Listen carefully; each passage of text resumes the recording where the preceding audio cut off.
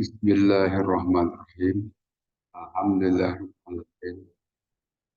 Wassalatu wassalamu ala asyrafil anbiya'i wal mursalin wa ala alihi wa sahbihi.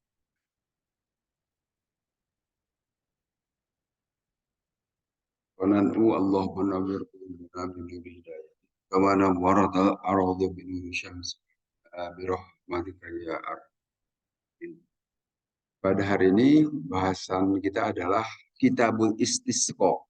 Kitab yang terkait dengan pelaksanaan salat istisqa, salat minta hujan. Babul istisqa wa khurujin Nabi sallallahu alaihi wasallam fil istisqa. Bab terkait dengan salat istisqa dan keluarnya Nabi sallallahu alaihi wasallam dalam melaksanakan salat istisqa. Haddatsana Abu Nuaim qala haddatsana Sufyan an Abdullah bin Abi Bakir an Abbad bin Tamim an ammihi qala berkata Abbad kharaja telah keluar siapa Nabi sallallahu alaihi wasallam yastasqi memohon hujan Nabi sallallahu alaihi wasallam wahawwala dan mengubah Nabi SAW atau mengubah Nabi SAW ridaahu terhadap selendang beliau. Ini hadis memberitahukan perihal salat istisqa. Salat istisqa itu meminta hujan. Salat dalam rangka memohon kepada Allah bagaimana supaya bisa turun hujan. Pas seperti keadaan saat ini ya. Kita sulit atau tidak ada hujan. Sebagaimana juga himbauan dari MUI Bandung, Kota Bandung, menyatakan supaya sering-sering kita berdoa, berzikir, dan kalau perlu diadakan sholat istisqa. Tetapi sholat istisqanya lakukan di lapangan, misalnya gitu, seperti yang himbauan dari MUI Kota Bandung.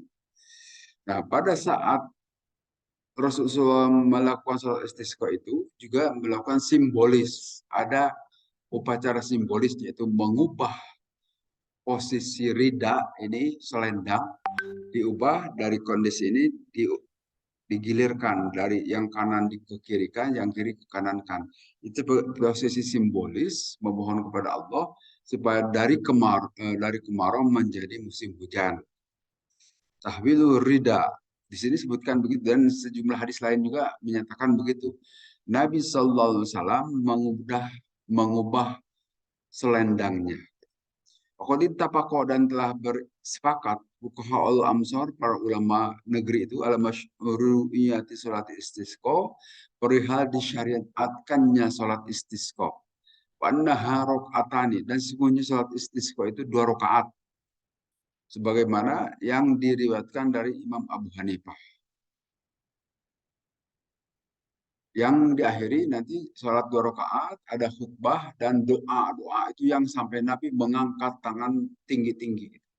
Sehingga dari sana itulah contoh yang diberikan oleh Nabi SAW. Kalau berdoa juga harus mengangkat tangan sampai tinggi, sampai terlihat ini ya putih ketiak beliau. Karena jubahnya itu lengannya lebar. Sehingga kalau diangkat itu kelihatan sampai ketiaknya. Itu dalam sejumlah hadis nanti ada penjelasannya begitu. Kemudian di hadis berikutnya, Haddasan Qutaibah, Haddasan Mughirah bin Abdurrahman, an Abi Zinad, Anil A'raj, an Abi Hurairah, dari Abu Hurairah. Annan Nabiya sungguhnya Nabi SAW, karena ada Nabi, idha ropa'a, apabila mengangkat Nabi, roksahu kepala beliau, minar rokaatil akhirati, dari rokaat akhir, Allahumma anji Ayyash bin Abi Rabi'ah. Ya Allah, semoga engkau selamatkan Ayyash bin Abi Rabi'ah. Allahumma anji Salamah bin Hisham. Ya Allah, selamatkanlah Salamah bin Hisham. Allahumma anjil Walid bin Al-Walid. Ya Allah, selamatkanlah Walid bin Walid. Allahumma anjil mustad'afina minal mu'minin. Ya Allah, selamatkanlah kaum lemah dari orang-orang yang beriman. Allahumma sydud wat'aka ala mudhar. Dan keraskanlah siksamu kepada kabilah mudhar. Allahumma ja'alha dan jadikanlah itu keadaan itu sini nakasini Yusuf itu paceklik kepada kabilah Mudhar itu paceklik sebagaimana pacekliknya zaman Nabi Yusuf 7 tahun paceklik. Wa annan nabiyya dan sungguh Nabi SAW kuala bersabda Nabi gifarun ghafarullahu laha semoga Allah mengampuni terhadap dosa-dosa orang-orang tertentu gitu yang nanti disebutkan oleh Nabi wa aslamu salimuhallah dan semoga Allah memberi keselamatan kepada orang-orang yang menyatakan keislamannya. Nah, qala Ibnu Abi Zinad, berkata Ibnu Abi Zinad an abi dari bapaknya, hadza kullu subhi. Itu diucapkan pada salat subuh. Artinya pada saat kunut subuh. Doa-doa ini Nabi SAW panjatkan. Jadi doa kunut itu bisa aja menyebut orang per orang. Atau nanti disebutkan inilah kunut nazilah. Tapi ternyata dilakukan oleh Nabi pada saat sholat subuh. Artinya kunut biasa saja yang dilakukan oleh Nabi SAW. Menurut Abu Zinad di sini. Dan ternyata, ya seperti kita pahami, kunut subuh itu ada hadisnya di Bukhari, di kitab Bukhari ini ya, seperti yang sudah dibahas sebelumnya, yang diceritakan dari Sayyidina Anas bin Malik, bahwa Nabi SAW itu pernah melaksanakan kunut subuh pada tiap subuh. Gitu. Ya, itu menjadi dasar bagi kita untuk melakukan juga kunut subuh saat ini. Hadisnya ternyata ada, kan sahih, boleh dikatakan seperti itu. Kemudian hadis berikutnya, Haddatsana Utsman bin Abi Syaibah qala haddatsana Jarir an Mansur an Abi Duha an Masruq qala berkata Masruq, kunna ada kami semua inda Abdullah di sisi Abdullah, faqala berkata Abdullah, innan nabiyya sesungguhnya Nabi sallallahu alaihi wasallam lamma ro'a pada saat melihat Nabi minan nasi dari orang-orang, idbaron membelakang, artinya tidak menerima dakwah Nabi. Qala maka bersabda Nabi, Allahumma sabun kesabi Yusuf. Ya Allah, berikanlah pacaklik sebagaimana pacaklik 7 tahun yang engkau berikan kepada kaum Nabi Yusuf. Kita tahu Nabi Yusuf alaihissalam, beliau itu nanti setelah dicampakkan oleh kakak-kakaknya, beliau dibeli oleh kabilah yang melakukan perdagangan ke negeri Mesir. Nah, di Mesir itu ternyata rajanya bermimpi. Yang mimpinya itu ditakwil oleh Nabi Yusuf, yang menyatakan Nabi Yusuf itu adalah akan diberi pacaklik selama 7 tahun, kemudian 7 tahun dalam keadaan subur. Nah, doa seperti itu juga dipanjatkan oleh Nabi untuk kaum-kaum tertentu yang tidak mau menerima dakwah Nabi SAW. Audathum sanatun hasad kula sya'in hatta akalu juluda. Maka doa Nabi itu makbul, ijabah. Langsung tahun itu kelihatan kesulitan. Sampai-sampai orang itu sulit memakan sesuatu. Sehingga mereka memakan al-julud, kulit juga dimakan. Maitata dan juga bangkai juga dimakan. Wal jipa dan juga ya bangkai yang sudah bau juga dimakan. Saking tidak ada makanannya, saking kering kerontangnya saat itu. Wayanduru ahaduhum dan melihat ahaduhum salah seorang di antara mereka itu ilas sama ke langit. Wayarad dukhon ju'i. Maka mereka lihat ada dukhon, ada asap. Sebab dari keadaan lapar. Melihat-lihat ke langit, tidak turun-turun hujan, gitu kan. Dalam keadaan begitu, yang ada di langit itu adalah hanya asap saja. Pak tahu Abu Sufyan, maka datanglah Abu Sufyan. Kita tahu Abu Sufyan itu nanti pemimpin Mekah. Salah seorang yang menyebabkan terjadinya perang Badar. Itu Abu Sufyan. Tetapi kemudian nanti pada saat Futuh Mekah masuk Islam juga Abu Sufyan. Ya. Faqala maka berkata Abu Sufyan, ya Muhammad, hai Nabi Muhammad, inna kata amur bitu atillah. Sesungguhnya engkau menyuruh kami, atau engkau disuruh atau menyuruh untuk taat kepada Allah wa bisilaturrahmi dan untuk menyambungkan silaturrahmi. Wa inna kaum maka qad halaku. Sesungguhnya kaummu dalam keadaan sudah rusak karena kekeringan. Fadullah maka berdoalah engkau kepada Allah lahum untuk kaummu tadi itu. Allah Ta'ala maka Allah berfirman, para takib yamata sama bidukhanim mubin di Quran, maka tunggulah hari pada saat langit itu mendatangkan bidukhanin mubin dengan asap yang nyata ila qalihi sampai ucapan innakum a'idun sungguhnya kalian semua akan dikembalikan. Yaumam tishul batasyatal kubro. Pada hari kami memberikan siksaan dengan siksaan yang sangat besar. Falbat syatu, maka siksaan yang ditimpakan kepada kaum Nabi SAW itu yauma badrin, pada perang Badar. Artinya orang Mekah yang jumlahnya jauh lebih besar dari orang-orang Madinah bisa dikalahkan juga. Faqad madot, dan telah berlalu al-dukhanu itu asap, wal batsyatu wal lazimu wa rum. Demikian juga al-batsyah nanti terjadi pada saat perang Badar, wa rum juga terjadi pada saat perang Rum. Nah, perang Rum itu juga ada ayat yang menyatakan antara Rum dan Persia itu selalu terjadi peperangan. Dan terakhir, kaum Rum itu dikalahkan oleh orang-orang Persia, oleh orang Iran saat. Rum itu Romawi Bizantium Timur, kan? Romawi Timur yang berpusat di, kalau sekarang di Istanbul, kalau sekarang Istanbul, Turki. Kalau dulu sebetulnya Konstantinopel. Konstantinopel itu saat itu Allah menjanjikan satu waktu akan menang di kaum Rum. Karena saat itu orang-orang Mekah itu lebih berpihak kepada orang-orang Persia karena sama-sama menyembah juga berhala. Tetapi kaum muslimin lebih berpihak kepada orang Romawi, para penganut Kristen saat itu, Romawi itu. Nah, Islam tentu saja lebih dekat kepada para penganut Kristen itu. Sehingga mereka lebih berpihak kepada Nasrani.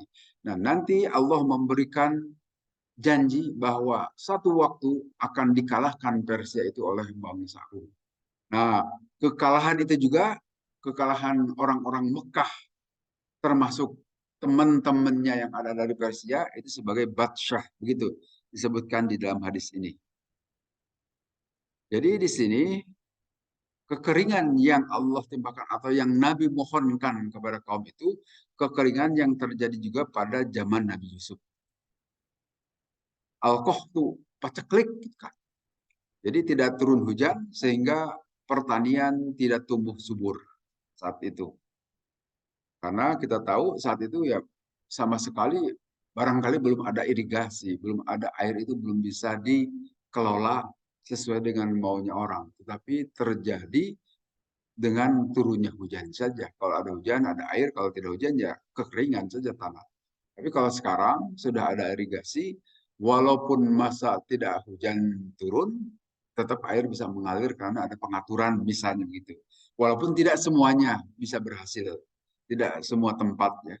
Tapi kalau untuk di daerah Garut misalnya, di Cipanas, daerah Cipanas itu daerah yang selalu subur air.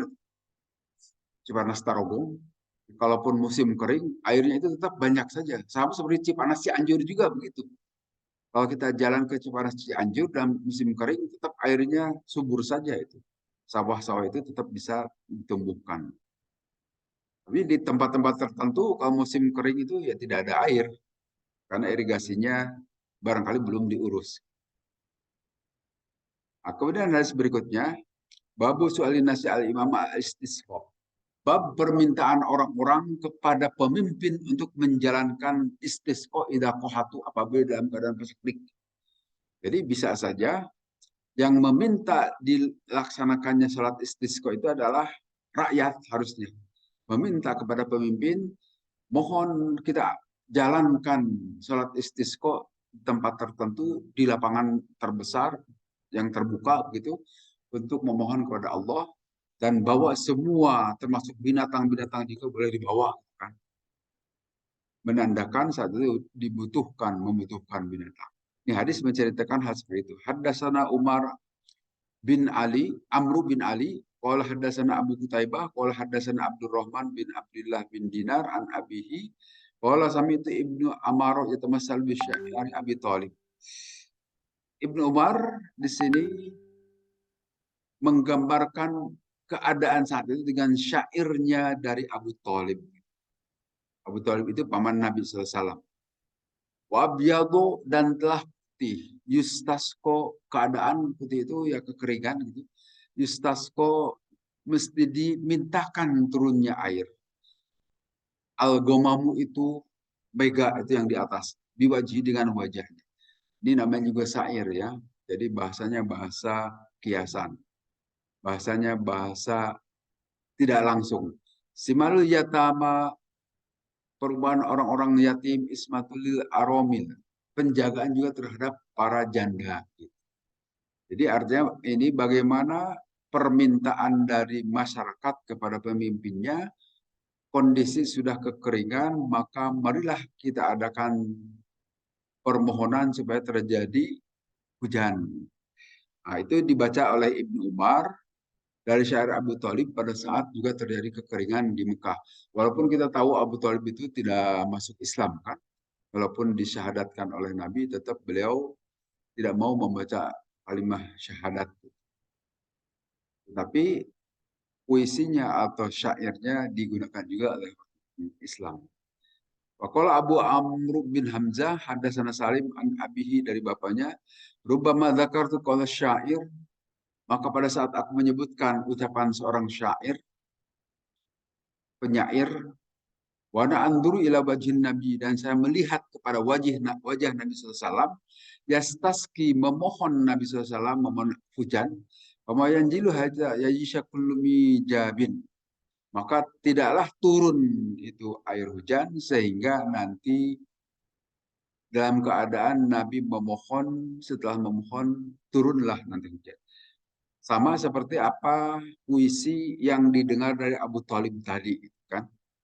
Yang diucapkan oleh orang-orang, artinya sindiran, bahasa sindiran kan namanya bahasa sastra itu. Bahasa sindiran tidak langsung menukik kepada yang dituju, tapi menggunakan sindiran-sindiran, hanya maksudnya ke sana, kira-kira gitu. Sehingga Nabi juga jadi tahu, oh ini keadaan orang dalam keadaan keringan, tidak turun hujan lama. Akhirnya Nabi memohon kepada Allah melalui surat istisqa dan mengajak juga semuanya. Dan nanti ceritanya jadi turun hujan. Itu beda doa Nabi. Kemudian di hadis berikutnya, Haddatsana Hasan bin Muhammad, qala haddatsana Muhammad bin Abdullah al-Ansari, qala haddatsani Abi Abdullah bin Al-Musanna an Sumamah bin Abdullah bin Anas an Anas dari Anas. Anna Umar, sungguhnya Sayyidina Umar bin Khattab radhiyallahu anhu, karena ada itu Sayyidina Umar idza qahatu, apabila kaumnya itu mendapat kekeringan, orang-orang di Madinah saat itu, istasqo, beliau memohon supaya turun hujan bil Abbas bin Abdul Muthalib, melalui Abbas bin Abdul Muthalib. Ini yang disebut dengan wasilah, nanti kita bahas. Maka berkata itu Umar bin Khattab, beliau setelah jadi khalifah dan Nabi telah wafat kan gitu. Allahumma, wahai Allah, inna sesungguhnya kami semua ada natawassalu, kami bertawassul ilaika kepadamu wahai Abbas bin Abdul Muthalib, ilaika kepadamu ya Allah, binabiyina, dengan nabi kami semua pada saat Nabi masih hidup. Pataskina, maka berikanlah turun air hujan datang kepada kami.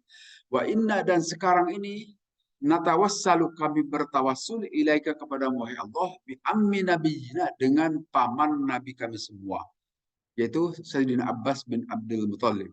Paskina, maka turunkanlah hujan kepada kami wahai Allah. Ola, maka berkata itu Rabi, fayusqauna, maka turunlah itu hujan. Nah, ini yang kita sebut dengan tawassul. Ini yang jadi persoalan kita ya.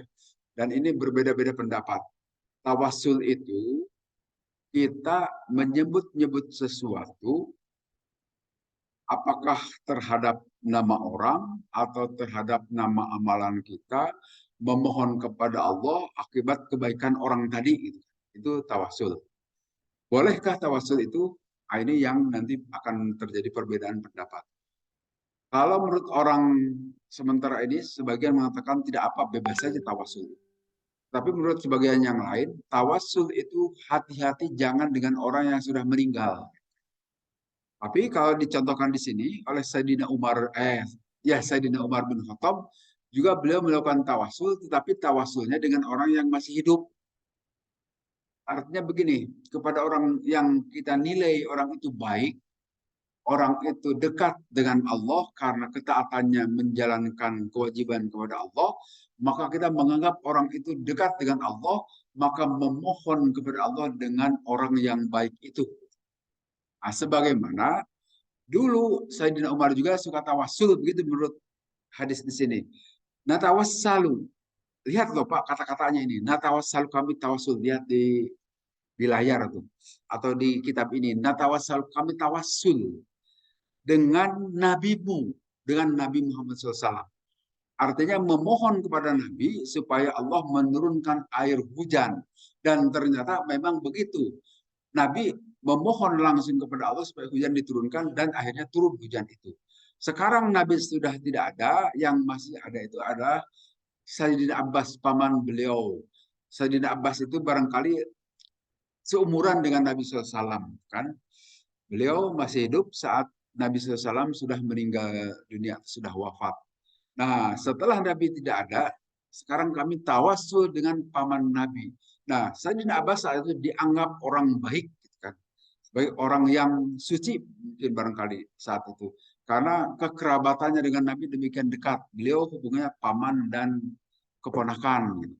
Maka Sayyidina Umar juga tawasul menggunakan nama Sayyidina Abbas. Tetapi mereka yang ditawasuli oleh Sayyidina Umar itu adalah yang masih hidup. Buktinya tidak tawasul dengan Nabi yang sudah wafat, tetapi tawasul dengan Sayyidina Abbas yang masih hidup. Nah, dengan demikian, kalau tawasul dengan orang hidup itu ya boleh-boleh saja. Ya, kita datang kepada orang orang tertentu yang kita anggap baik sebagai panutan di suatu kampung, ada satu tempat, kemudian memohon kepada Allah, ya Allah dengan kebaikan orang ini, mohon engkau berikan kepada kami, sebutkan apa-apa gitu kan. Nah itu menurut sementara orang tidak apa-apa. Kalau dengan orang hidup yang kita nilai sebagai orang baik. Tapi kalau dengan orang meninggal, ini terdapat perbedaan pendapat di antara ulama. Ada yang membolehkan, ada yang tidak. Karena khawatir sebagaimana yang dilakukan oleh kaum musyrikin. Meminta-minta kepada orang yang sudah meninggal, kan sudah tidak ada hubungan lagi. Tidak bisa melakukan apapun. Kalau sudah meninggal, ya sudah. Tinggal menikmati kenikmatan atau merasakan siksaan saja. Tidak bisa apa-apa dan tidak ada kewajiban beribadah setelah meninggal. Tidak perlu berdoa juga kepada Allah. Sehingga tidak pas. Itu mah seperti yang dilakukan oleh orang-orang musyrikin, minta-minta kepada orang yang sudah meninggal. Tetapi kalau dengan orang hidup masih boleh. Demikian juga boleh kita bertawasul dengan amal soleh. Amal soleh yang sudah kita perbuat sebelumnya dan menurut kita itu baik. Itu sebagaimana dalam hadis Riyadhus Shalihin. Ada 3 peristiwa kan yang diceritakan oleh Nabi. Dahulu ada 3 kelompok manusia yang mereka itu dalam keadaan terjebak, kemudian mereka memohon kepada Allah. Setelah memohon kepada Allah dengan amal soleh yang mereka lakukan, ternyata rintangan itu Allah bukakan. Sehingga dengan demikian, boleh juga bagi kita tawasul dengan amal soleh. Misalnya kita sudah melakukan perbuatan baik, membagi-bagikan harta dan sebagainya. Gitu. Menurut kita itu bagus. Nah, ya Allah, karena saya telah melakukan membagi-bagikan, mengangkat orang yang kelaparan kemudian menjadi tidak, kalau itu perbuatan baik, mohon engkau berikan sesuatu kepada saya dalam doa itu. Itu boleh tawasul seperti itu. Ada ajarannya di dalam hadis di Bulughul Maram yang diriwayatkan oleh Imam Bukhari, hadis hadis sahih kelompoknya, insya Allah.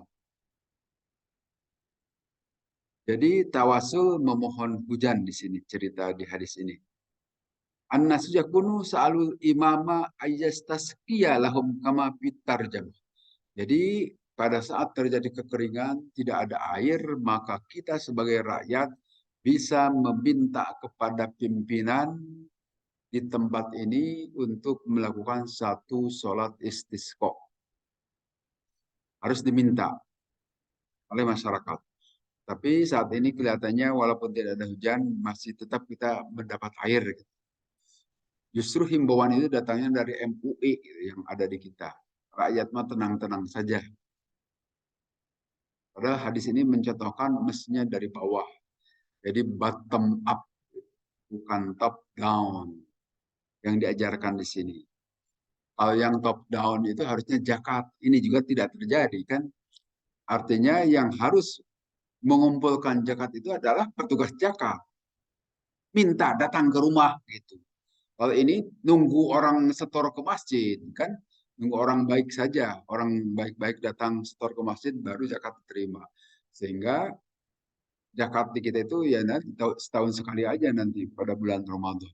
Dan di hari-hari biasanya juga mestinya kalau ada orang kelebihan dan sebagainya didatangi oleh pimpinan masyarakat untuk dimintai zakat sebagaimana yang terjadi zaman dulu itu. Zakat itu harus didatangi. Sebagaimana pajak sekarang kan pajak begitu. Pajak itu ada yang ngurusinya, ada dirjen pajak dan ada petugas pajak sampai ada konsultan pajak. Karena kelebihan konsultasi dapat bayaran lebih, akhirnya harus nginapnya di hotel Sukamiskin, Gayus Tambunan, dan yang lain-lain banyak. Itu penyalahgunaan dalam perpajakan. Nah, zakat sampai saat ini belum terjadi penyalahgunaan karena belum masif pengurusannya. Kalau sudah masif, kelihatannya akan ada saja penyimpangan. Di hadis ini sebutkan dalam hadis Ja'a rojulun a'rabiyun ilan nabi. Datang seorang Arab kepada Nabi SAW. Pakola maka berkata itu rojul tadi, ya Rasulullah, ya Rasulullah, atainaka, kami semua datang kepadamu, wa malana ba'irun. Tidak ada di kami itu ontak yang gemuk misalnya, karena kekeringan. Kemudian orang itu bersairlah, karena kebiasaan di masyarakat Arab itu membacakan syair-syair sebagai bahasa sindiran, termasuk meminta hujan. Maka Nabi SAW saat itu berdoa kepada Allah, Allah ma'askina, ya Allah, turunkanlah hujan kepada kami. Berikanlah air hujan kepada kami. Dan seterusnya. Sehingga doa Nabi ini dikabulkan oleh Allah dan hujan itu bisa turun. Artinya harus ada permintaan dari masyarakat untuk supaya hujan itu bisa diturunkan. Kalau selama tidak ada permintaan, ya biarkan keadaan biasa saja. Kemudian di hadis berikutnya, Haddatsana Isa qala haddatsana Wahab qala akhbarana Syu'bah an Muhammad bin Abi Bakar an Ibad bin Tamim an Abdullah bin Zaid.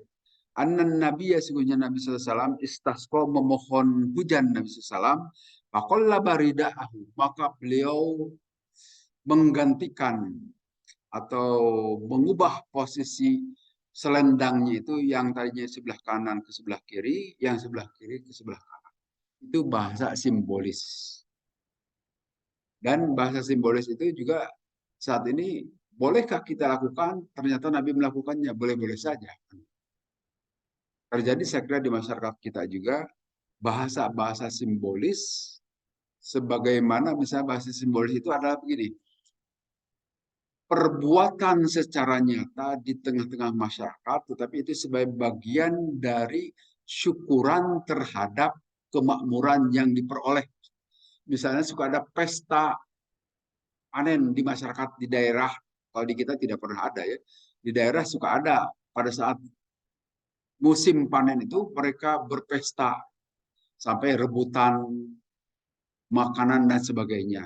Nah itu kalau tujuannya sebagai simbol bersyukur akan kepanenan, Allah limpahkan rezeki pada musim panen kepada mereka, syukuran kepada Allah boleh-boleh saja. Walaupun nanti harus diperbaiki tata caranya. Jangan sampai terjadi kemubaziran. Yang saat ini masih terjadi barangkali kemubaziran karena saling berebut. Sudah diperebutkan bisa saja itu sudah tidak layak makan karena terinjak dan sebagainya. Walaupun asal muasalnya baik-baik saja, tapi kesininya makin brutal cara-caranya. Itu barangkali yang harus diperbaiki tata caranya. Tetapi bahwa simbolis yang dilakukan masyarakat boleh-boleh saja dilakukan. Toh Nabi juga melakukan simbolis saat memohon hujan. Mengubah keadaan. Kemudian di hadis berikutnya, Haddatsana Ali bin Abdullah qala haddatsana Sufyan qala Abdullah bin Abi Bakar innahu sami'a Abbad bin Tamim yuhaddisu abahu an ammi an Abdullah bin Zaid anna Nabi sallallahu alaihi wasallam kharaja keluar Nabi ilal musalla ke lapangan. Sekali lagi musalla yang dimaksud pada zaman Nabi itu adalah lapangan luas. Pastasqo maka memohon hujan Nabi sallallahu alaihi wasallam Fastaqbala maka menghadap Nabi al-qiblata ke arah kiblat. Wa qallaba dan mengubah Nabi ridaahu terhadap selendang beliau. Fasolla maka salat Nabi SAW rakaat ini 2 rakaat. Qala Abdullah kana Ibnu Uyainah yaqulu berkata Ibnu Uyainah wa sahibul adan beliau itu tukang adan. Walakin tahu tapi sesungguhnya Nabi wahum dan mereka para sahabat lianna hadza pada saat itu ada Abdullah bin Zaid bin Asim al-Mazini Majinul Ansori sebagai Majinul Ansori perawi hadis tadi. Jadi yang dilakukan oleh Nabi itu melaksanakan sholat istisqa 2 rakaat. Setelah itu beliau memohon berdoa kepada Allah. Salah satu yang dilakukan itu mengubah simbol atau rida. Rida itu ya sorban lah barangkali yang beliau gunakan. Diubah posisinya yang tadi sebelah kanan dan sebelah kiri. Setelah berdoa kepada Allah. Dengan maksud mengubah keadaan dari tadinya kemarau menginginkan menjadi hujan. Nah, kalau Nabi melakukan, setelah beliau melakukan istisqa, langsung awan itu menggumpal di atas langit dan turun hujan beberapa waktu yang akan datang. Kemudian hadis berikutnya, ini masih panjang penjelasannya. Hadatsana Muhammad qala akhbarana Abu Domroh Anas bin Ayyad qala hadatsana Syarik bin Abdullah bin Abi Namir annahu sami'a yang beliau mendengar Anas bin Malik guru menceritakan Anas bin Malik anna rajulan sungguhnya seorang laki-laki dakhala masuk itu seorang laki-laki yaumal jum'ati pada hari Jumat min babin dari satu pintu karena ada pintu tersebut wijahal mimbari lempengan mimbar. Wa Rasulullah SAW pada saat itu Rasulullah SAW itu sedang berdiri, beliau yakhutub khutbah. Kira-kira mungkin di sini tempat khutbah, pintu yang maksud adalah pintu yang seperti ini misalnya gitu ya. Datang laki-laki tadi itu kemudian pas takbala. Rasul sedang khutbah saat itu, tetapi si laki-laki itu menghadap kepada Rasulullah sambil berdiri. Pakola maka berkata itu laki-laki, ya Rasulullah, ya Rasulullah, halakatil mawashi. Rasulullah sudah rusak ini. Binatang-binatang ternak kami, walan kotoat dan telah putus as-subula jalan-jalan kami. Fadullah maka berdoalah engkau kepada Allah yugisna supaya menurunkan hujan Allah pada kami semua. Ola maka berkata rawi maka mengangkat Rasulullah SAW yadahi kepada 2 tangan beliau. Pakola maka berdoa Nabi SAW, Allahumma skina, wahai Allah turunkanlah hujan kepada kami. Allahumma skina, ya Allah turunkanlah hujan kepada kami. Padahal ini beliau sedang khutbah. Dan khutbah didatangi. Allahumma skina, ya Allah turunkanlah hujan kepada kami. Wala berkata Anasun Anas, wala wallahi. Demi Allah, mana fatarabis samai maka tidak kami lihat di langit min sahabin wala qaja'atin wala syai'an, tidak terlihat mega, tidak terlihat awan gitu. Di langit wa baina sal'in min baitin wala darin, di seputaran kota Madinah saat itu tidak terlihat. Palamma qala patolaat min ridahi pasahabatun. Maka saat beliau sudah berdoa, miwarohi setelah beliau berdoa sahabatun maka awan itu jadi turun hujan mislu tarosi seperti ya awan-awan yang selama ini kelihatan awan yang berwarna putih tetapi awan gelap calon turun hujan. Maka saat itu turunlah hujan pemtorot dan menurunkan air hujannya dari langit. Qala wallahi ma ra'ayna syamsu sittan. Maka kami tidak melihat matahari selama 6 hari karena hujan terus-terusan gitu kan. Setelah dimohonkan oleh Nabi SAW. Sumedakhola rojulun kemudian datang rojulun si laki-laki tadi min dalikal babi dari dari pintu yang sama fil Jumatil mukbilah di hari Jumat berikutnya. Jadi sekarang hari Jumat pertama belum ada hujan, si laki-laki tadi memohon kepada Nabi SAW supaya hujan diturunkan. Ternyata hujan terus-terusan turun, merepotkan juga. Itulah manusia ya, dikasih kekeringan, mengeluh. Setelah dikasih hujan, mengeluh juga. Jadi tidak bertahan orang itu. Nah, zaman Nabi juga begitu, dikasih hujan terus selama 6 hari, maka pada Jumat berikutnya si laki-laki ini datang lagi pada Nabi, padahal Nabi juga sedang khutbah, sama seperti pekan sebelumnya, pas takbalahu qaiman, kemudian dia menghadap pada Nabi dan memohon kepada Nabi, ya Rasulullah, telah rusak al-amalu, harta-harta kami gara-gara hujan terus gitu.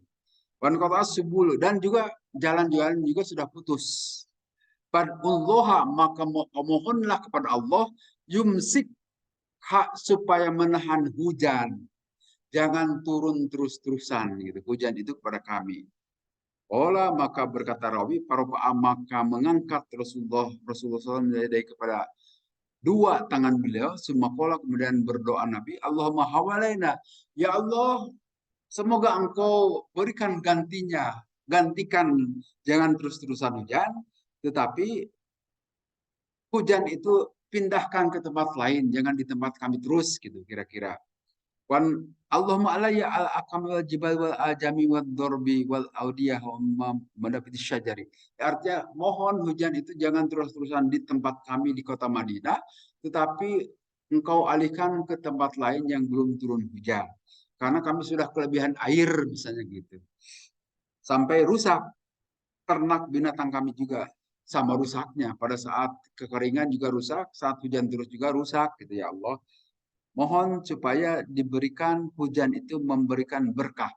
Jadi saya kira yang penting di sini adalah keberkahan itu, baik musim kering maupun musim penghujan. Yang penting berkah, ada kecukupan.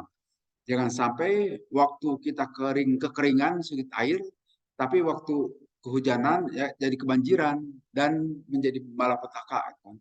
Itu yang terjadi saat ini kan, di dunia kita juga begitu. Saat ini di daerah Jawa itu kekeringan, tapi di daerah Sumatera sana, di Aceh itu ada kebanjiran. Di luar negeri juga terjadi kebanjiran, tapi di Bandung sudah berapa lama tidak ada hujan. Kalaupun hujan sebentar saja, tidak merata. Nah, tentu kita memohon kepada Allah, berikanlah hujan kepada kami, tapi hujan yang memberi keberkahan. Jadi rezeki yang berkah yang Allah berikan kepada kita semua. Sehingga doa yang perlu dipanjatkan adalah doa-doa yang terkait dengan manfaat yang bisa kita peroleh dari hujan yang Allah turunkan kepada kita itu. Saya kira bahasan sampai di sana dahulu, barangkali untuk hari ini. Belum pukul 6, tapi tidak apa-apa, saya kira sampai di sini saja bahasan kita hari ini. Sebentar, sudah bisa di stop.